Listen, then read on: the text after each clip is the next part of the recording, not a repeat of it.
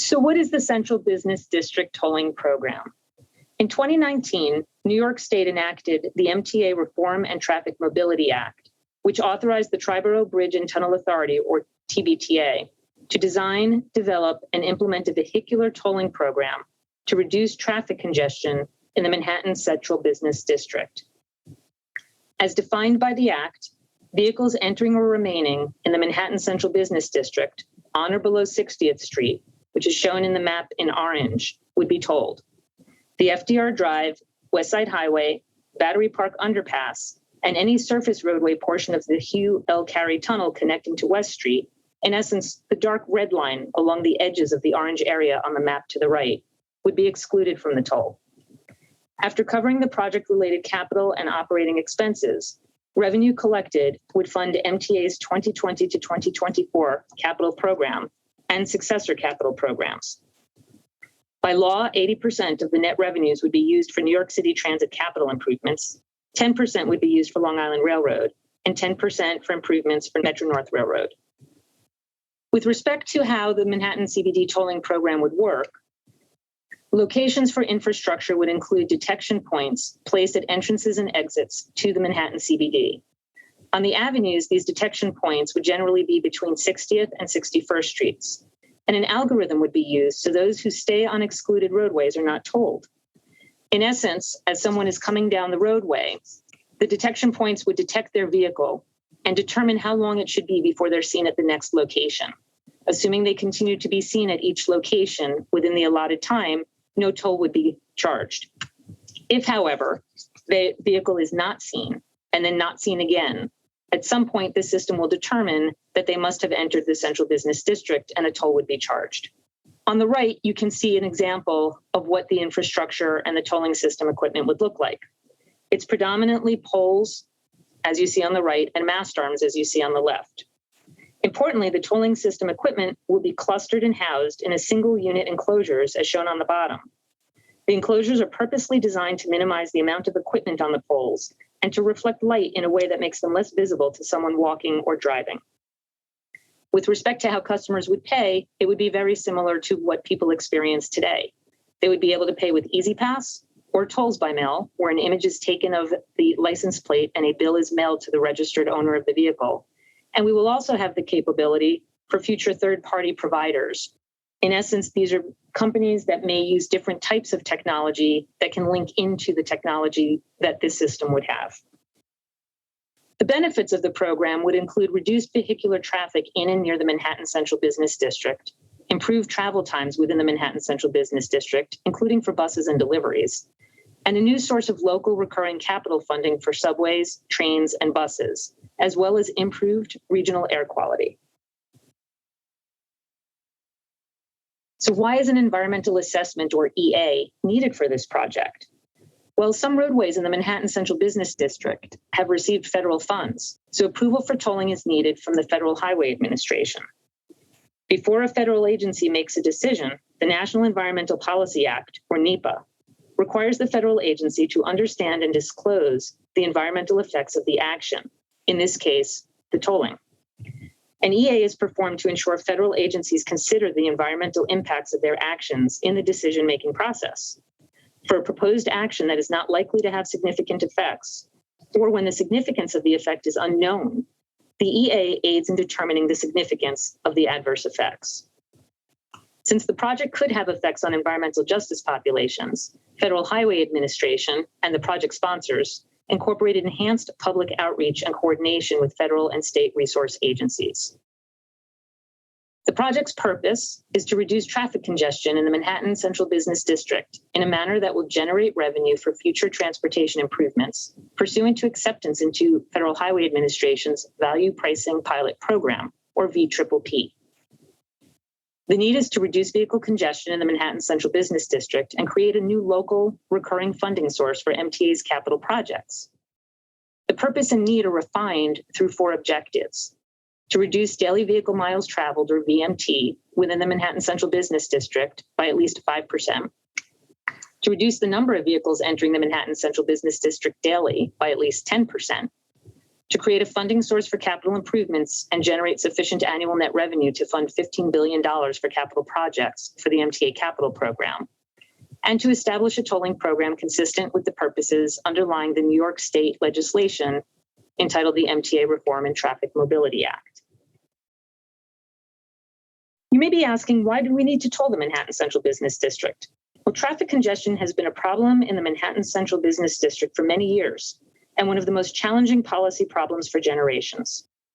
Many efforts have been made, and yet congestion in New York City consistently ranks among the worst in the United States. Indeed, congestion costs 102 hours of lost time, equating to almost $1,600 per year per driver in delay. Between 2010 and 2019, travel speeds fell 22% in Manhattan Central Business District, and local bus speeds have declined 28% since 2010. The average speed of select bus service, New York City's bus rapid transit service routes, in the Manhattan CBD is 19% slower than in the outer boroughs. With respect to MTA's subway, rail, and bus systems, they need to be repaired and modernized. Funding from the project would support the 2020 to 2024 capital program and the successor programs that prioritize investing to improve reliability, committing to environmental sustainability, building an accessible transit system for all New Yorkers, easing congestion and creating growth, and improving safety and customer service through technology. I'll now walk you through the findings of the environmental assessment. There were two project alternatives that are evaluated in the environmental assessment. The no action alternative, in which there is no program to toll vehicles in the Manhattan Central Business District, no comprehensive plan to reduce congestion, and no new annual recurring funding for MTA capital programs. And there is the central business tolling or action alternative, where we implement a tolling program consistent with the Mobility Act to toll the vehicles entering or remaining in the Manhattan Central Business District. We install tolling infrastructure and tolling system equipment and signage within and near the Manhattan Central Business District, and generate funds for MTA's capital investments in subways, buses, and commuter railroads. The environmental assessment explores each of the topics in this chart. The specific chapters that address the analysis for each area are identified here. As you can see, the analysis shows that most of the areas have beneficial effects or no adverse effects, but there are a few areas with potential adverse effects. The slides a bit later in the presentation will address each of the areas and identify any mitigation that is needed. This slide has a lot of information, and it is in the executive summary and in Chapter 2 of the environmental assessment for further review. I am going to spend a few moments reviewing and explaining it here so everyone can understand its importance. As I said a moment ago, there are two alternatives for this environmental assessment: the no action and the Central Business District tolling alternative. Within the Central Business District tolling alternative, there are a number of tolling scenarios that vary in several ways. Modeling these different scenarios helped us to understand the full range of effects of the Central Business District tolling alternative, since the decision on the actual tolling scenario has not yet been made. For those of you who participated in the early outreach, you may notice that we now have 7 tolling scenarios when we originally discussed 6. That is because we added a tolling scenario, which I'll get to shortly, as a result of concerns raised during the early public outreach. So let me walk you through. Along the top are the tolling scenarios. Tolling scenario A we refer to as the base plan. This is the plan that is characterized in the legislation. Tolling scenario B has that same base plan, but starts to add caps in the form of how many times a vehicle can be tolled and certain exemptions. Tolling scenario C adds what we call low crossing credits for vehicles using tunnels to access the Central Business District, with some caps and exemptions. Those crossing credits, when they are low, are roughly $6.50. When they are high, as you see in tolling scenarios D, E, and F, the credits are roughly $13, and this was used for modeling purposes. In D, E, and F, you see those high crossing credits. In D and E, they are applied to the tunnels that enter into the Central Business District. And in F, vehicles using all of the tolled facilities that enter Manhattan would be eligible for crossing credits. Moving down the left side, you see the distinction on the items that are varying. First, the potential crossing credits. Again, these are credits that would be applied toward the Central Business District toll for tolls paid at facilities prior to entering the Central Business District. As you move to the right, you can see the no's and yeses, which determine whether or not that potential crossing credit applies to the facilities that are identified. Moving to the next group are potential exemptions and discounts in the form of caps on the number of tolls per day. Importantly, by legislation and in the modeling and in the program, passenger vehicles would be charged only once per day, but other vehicles could be charged more than that. And as you read across to the right, you will see under each of the different tolling scenarios how these different types of vehicles were treated with respect to caps or exemptions.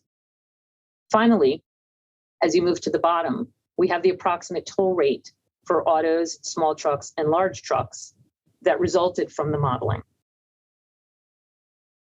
The one tolling scenario I'd like to mention is tolling scenario G, all the way to the right.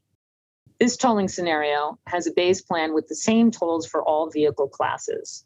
We'll talk about that a little bit later in the presentation, but importantly, as you see on the bottom, the toll rate is set the same for every type of vehicle. So that was a lot of information, and so I'd like to leave you with some key takeaways. First and foremost, tolling the Manhattan Central Business District in all scenarios reduce traffic entering the Manhattan Central Business District and results in a net benefit in congestion reduction for the region. Discounts, crossing credits, and exemptions result in the need for higher toll rates. Higher toll rates lead to a greater degree of traffic reduction in the Manhattan Central Business District, but also lead to increased traffic diversions, including increases along the Cross Bronx Expressway and the Staten Island Expressway. Crossing credits lead to more parity in the total cost among different routes that are taken by vehicles entering the Manhattan Central Business District. But those same crossing credits change the balance of effects on traffic. They result in less effect reducing traffic from Queens and much less effect reducing traffic from New Jersey. They result in greater effects reducing traffic from north of 60th Street in Brooklyn. And they result in more traffic at the Queens Midtown Tunnel, the Hugh L. Carey Tunnel, and the Long Island Expressway. Before we move on, I thought it was helpful to give at least a sense of where are the commuters actually coming from into the Manhattan Central Business District. On the left, you can see the 28-county region. Again, this is all in the environmental assessment for further review. The colors on the map denote the proportion of total commuters to the Manhattan Central Business District from each county in the 28-county region. The map also shows how many commute by transit, car, or some other transportation mode to reach the Manhattan Central Business District. Not surprisingly, counties that are further away tend to have fewer commuters to the Manhattan Central Business District. For example, of all the commuters to the Manhattan Central Business District, fewer than 1% come from counties like New Haven and Dutchess. About 1 to 3% come from counties like Rockland, Morris, and Richmond, and roughly 4 to 5% come from Bergen, Hudson, and Westchester counties. Closer in, about 6 to 10% come from Nassau County and the Bronx, while the remainder of the New York City boroughs contribute 11 to 22% of the commuters to the Manhattan Central Business District. On the right, in the figure, you can see that of all the people commuting to work in the Manhattan Central Business District, the vast majority, 85%, commute by transit. Of the 11% who commute by car, approximately 8% of them are from counties in New York, roughly 3% in New Jersey, and less than 1% from Connecticut. Now we'll go through the effects of each of the topic areas. On the top right of each slide, you'll see that we've identified whether effects are beneficial, not adverse, or adverse. In this case, this is the regional effects of transportation. Broadly speaking, all tolling scenarios reduce the number of vehicle entries into the Manhattan Central Business District and reduce vehicle miles traveled in the Manhattan Central Business District. The table on the bottom left provides the degree to which the traffic is reduced. In this case, there's a reduction of vehicles entering the Manhattan CBD of nearly 20% to roughly 15%, depending upon which tolling scenario one is looking at. On the right-hand side, you see the increase or decrease in daily vehicle miles traveled for each of the areas throughout the 28 counties. And as you can see, broadly speaking, regionally, again, there's largely a benefit. In the Manhattan Central Business District, VMT decreases anywhere from a little over 9% to about 7%. Throughout New York City, the reduction is roughly 1.5% to about 0.7%, and so on down the group. With respect to highways, we have beneficial effects, and we do have some adverse effects in a few locations where mitigation will be required. Some locations experience a decrease in congestion, which is a beneficial effect. There were 3 highway segments, though, that would experience adverse effects in the form of increased delays at certain times. As you can see here, it's the westbound Long Island Expressway near the Queens Midtown Tunnel in the midday. Approaches to the westbound George Washington Bridge on I-95 also in the midday. And in the evening, the southbound and northbound FDR Drive between East 10th Street and Brooklyn Bridge. For mitigation, the project sponsors implement a monitoring plan prior to the project beginning that identifies thresholds for adverse effects. If the thresholds are reached as a result of the project sponsors will institute transportation demand management measures, such as ramp metering, motorist information, or signage, at identified highway locations with adverse effects. In addition, post-implementation, the project sponsors will monitor effects, and if needed, Triborough Bridge and Tunnel Authority, TBTA, will modify the toll rates, crossing credits, exemptions, and/or discounts to reduce those adverse effects. Note the call out in the upper right, and recall what I mentioned regarding tolling scenario G earlier. During our early outreach in conversations with environmental justice communities, we shared information regarding changes in traffic patterns. Here on the left, you can see one of the maps that was used for analysis related to traffic and air quality effects. These are areas with environmental justice communities. Under this tolling scenario, some of these communities would experience reduced vehicle miles traveled. Others would see some increases as traffic diverts to avoid the toll. As noted earlier, as the toll goes up, these diversions increase. Participants raised concerns about the increased traffic along the Cross Bronx Expressway and asked what that meant in terms of truck traffic, as trucks are associated with particulate matter and associated health effects. The team reviewed the initial 6 scenarios at a specific location, McCombs Road, and found the daily increases in truck traffic in the table to the right. During this same outreach period, the trucking associations also raised their concerns that people can move to transit to avoid the toll, but trucks cannot do this. Further, though tolled bridges, roadways, and tunnels typically charge higher tolls for trucks given the wear and tear on the roadway, the purpose of this project is to reduce congestion. The project team looked closer at why trucks were diverting in the modeling. We found that the extent of the diversions was linked to the truck toll and price differential in the initial 6 tolling scenarios where trucks are tolled at a higher price. To test this, we created tolling scenario G, which prices all vehicle types the same. The result, as you can see, reduced the diversions along with the relative incremental number of trucks on the Cross Bronx Expressway. Given the concerns raised, the project team decided to include this tolling scenario formally in the environmental assessment. With respect to local intersections, again, there are beneficial effects and adverse effects where mitigation is required. Specifically, most intersections would experience decreases in delay. Tolling scenarios D, E, and F, the high credit scenarios, had 4 out of 102 intersections that experienced adverse effects in the modeling in the form of increased delay at certain times, and you can see them here on the right. Project sponsors will monitor those intersections where adverse effects are identified and implement appropriate signal timing adjustments to mitigate the effect per New York City Department of Transportation's normal practice. In terms of transit, we found beneficial effects and some adverse effects where mitigation is required. With respect to beneficial effects, reduced roadway congestion would result in reliable, faster bus trips. There is an increase in transit ridership of 1 to 2% system-wide for travel to and from the Manhattan Central Business District, but no adverse effects from increased ridership on any lines or transit stations. We do see that some scenarios increased ridership could adversely affect passenger flows at specific stairs or escalators, what we refer to as station elements. With respect to mitigation, in tolling scenarios E and F, TBTA will coordinate with New Jersey Transit and the Port Authority of New York and New Jersey to implement a monitoring plan with specific thresholds for pedestrian volumes on a specific station stair in Hoboken Terminal. If the thresholds are reached, TBTA will coordinate with these agencies to implement signage and wayfinding. In all the tolling scenarios, TBTA will coordinate with MTA's New York City Transit to implement monitoring plans with specific thresholds at the locations bulleted here. At 42nd Street and Times Square, there's a specific stair affected, and if the threshold is reached, the center handrail will be removed and the riser will be adjusted. At Union Square Subway Station and Flushing and Main Street Station, there are 2 escalators, one in each, that could be affected. If the thresholds are reached, we would increase escalator speeds. And at Court Square, there's a stair affected. If the threshold is reached, we would construct a new stair to increase capacity. With respect to pedestrians and bicycles, the EA found that increases in passengers at transit hubs would have no adverse effects.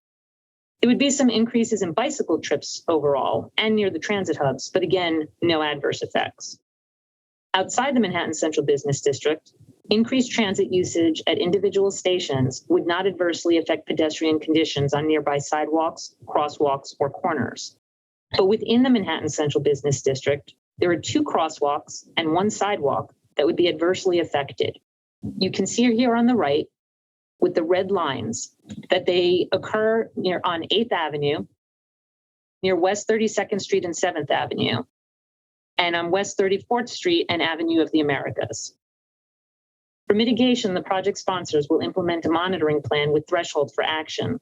If the threshold is reached, pedestrian space would be increased and obstructions will be removed or relocated. With respect to parking and to social conditions, specifically population characteristics and neighborhood character, we found either beneficial effects or no adverse effects. With respect to social conditions, improvement in travel time and safety, reduced vehicle operating costs, and reduced emissions would occur from the project. There would be no adverse effects on neighborhood character or access, travel to employment within the Manhattan Central Business District or reverse commuting, traffic patterns on local streets, or community facilities and services. With respect to parking, the study found a reduction in parking demand within the Manhattan Central Business District, an increased parking demand at subway and commuter rail stations and park and ride facilities outside of the Manhattan Central Business District. But the increase at any individual location would not be large enough to result in an adverse effect from the project. Economic conditions found increased productivity as well as safety improvements.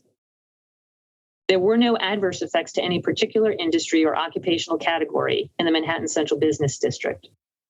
Depending on the tolling scenario, the toll could reduce taxi and for hire vehicle revenues in the Manhattan Central Business District.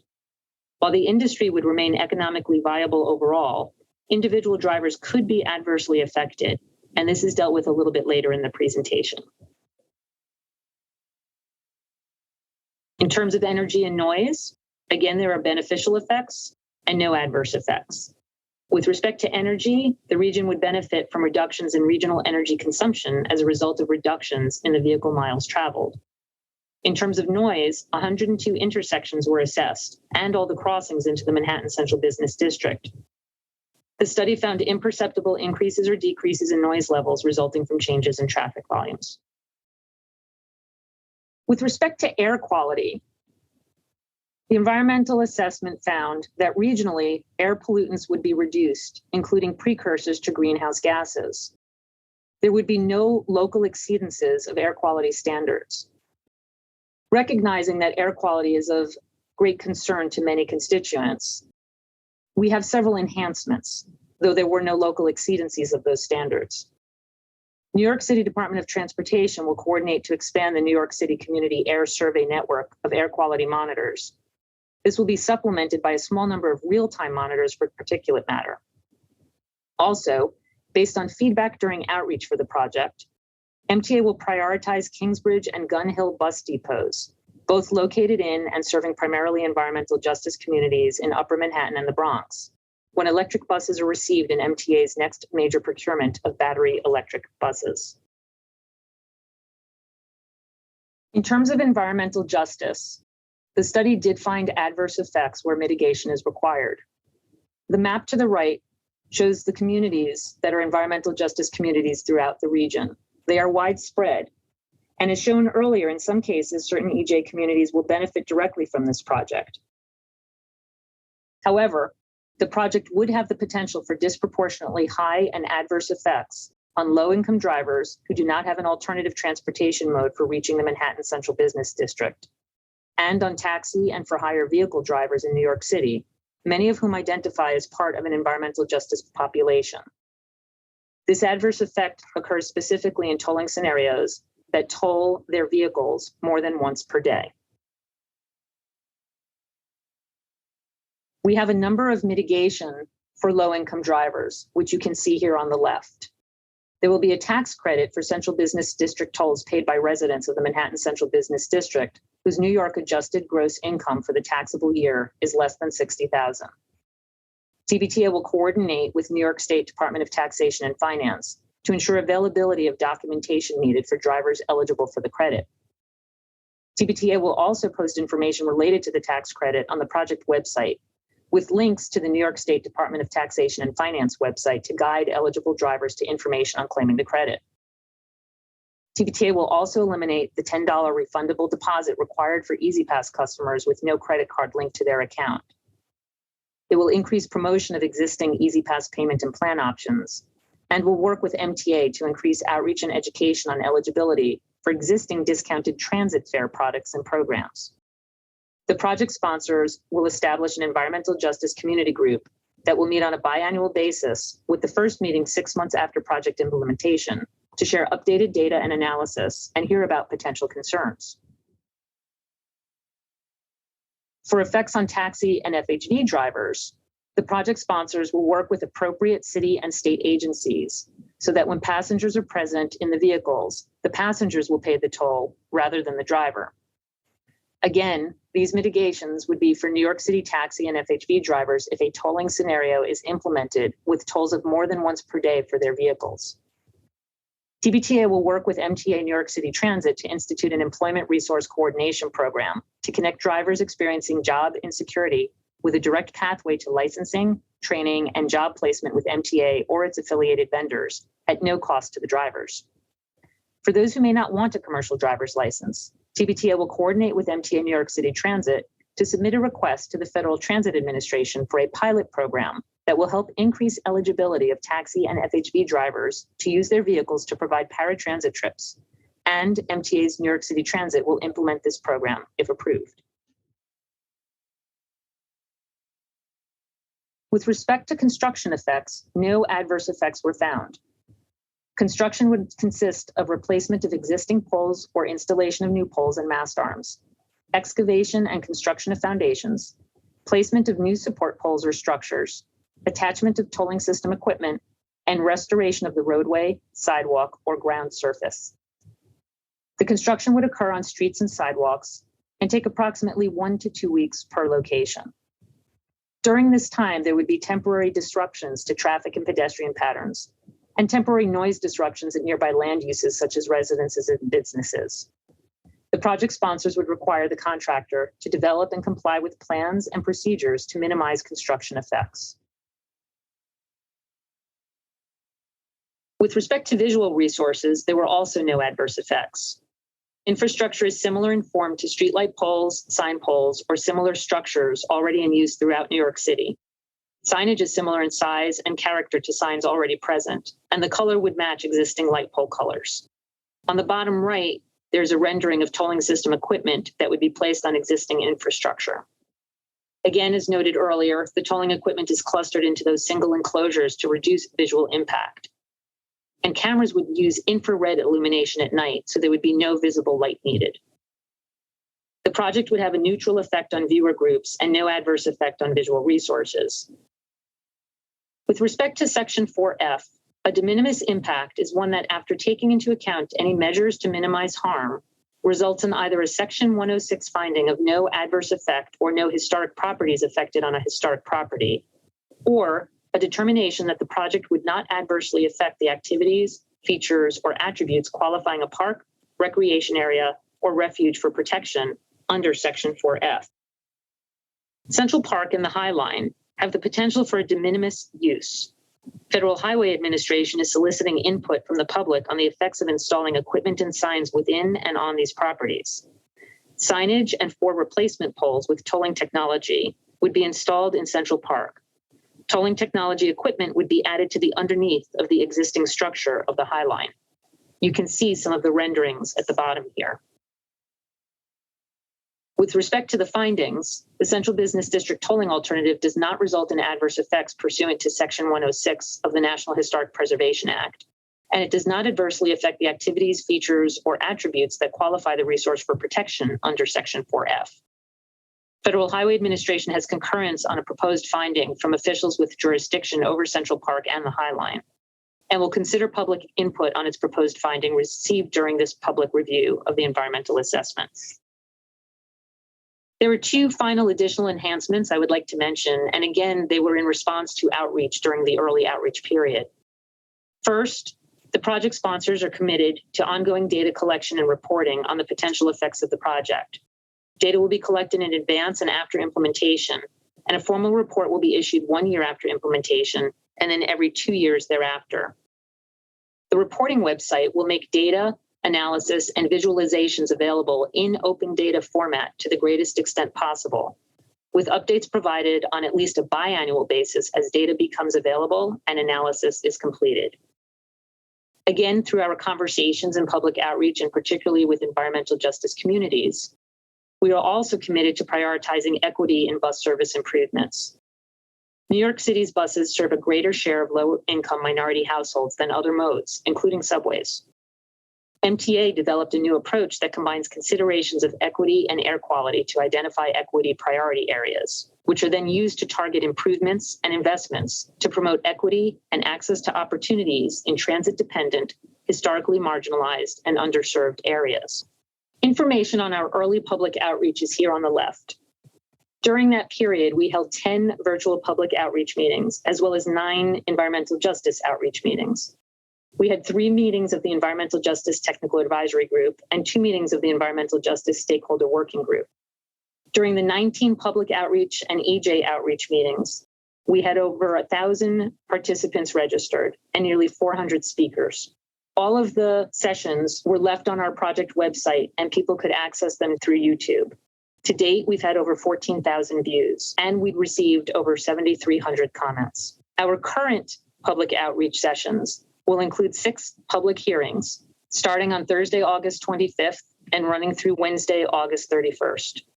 We will also have another meeting of the Environmental Justice Stakeholder Working Group and another meeting of the Environmental Justice Technical Advisory Group. With respect to schedule, this shows where we currently are. We did our early public outreach in 2021 and early 2022. We prepared the environmental assessment. We've notified agencies and organizations and individuals of the environmental assessment's availability. And we're now in the midst, in orange here, of public review and comment on the environmental assessment.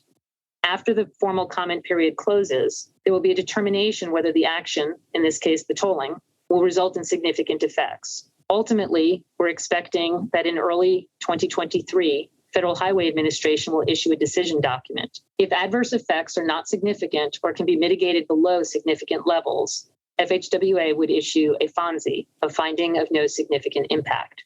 If there are significant effects that cannot be mitigated, then an environmental impact statement, or EIS, would be required. As noted, our public comment period is open until September 9th of 2022. If you'd like to submit written comments, you may do so in the following ways: through our project website, by email, mail, phone, or fax, or to the Federal Highway Administration by email or mail. All of this information is also available on our website, and the information on the project website, email, mail, phone, and fax for MTA bridges and tunnels is also in the environmental assessment. In addition, formal oral comments can be made at the public hearings, as many of you are doing today. They will be recorded by the stenographer. Thank you again for attending this public hearing to learn more about the environmental assessment for the Central Business District Tolling Program. And now, we look forward to hearing from you.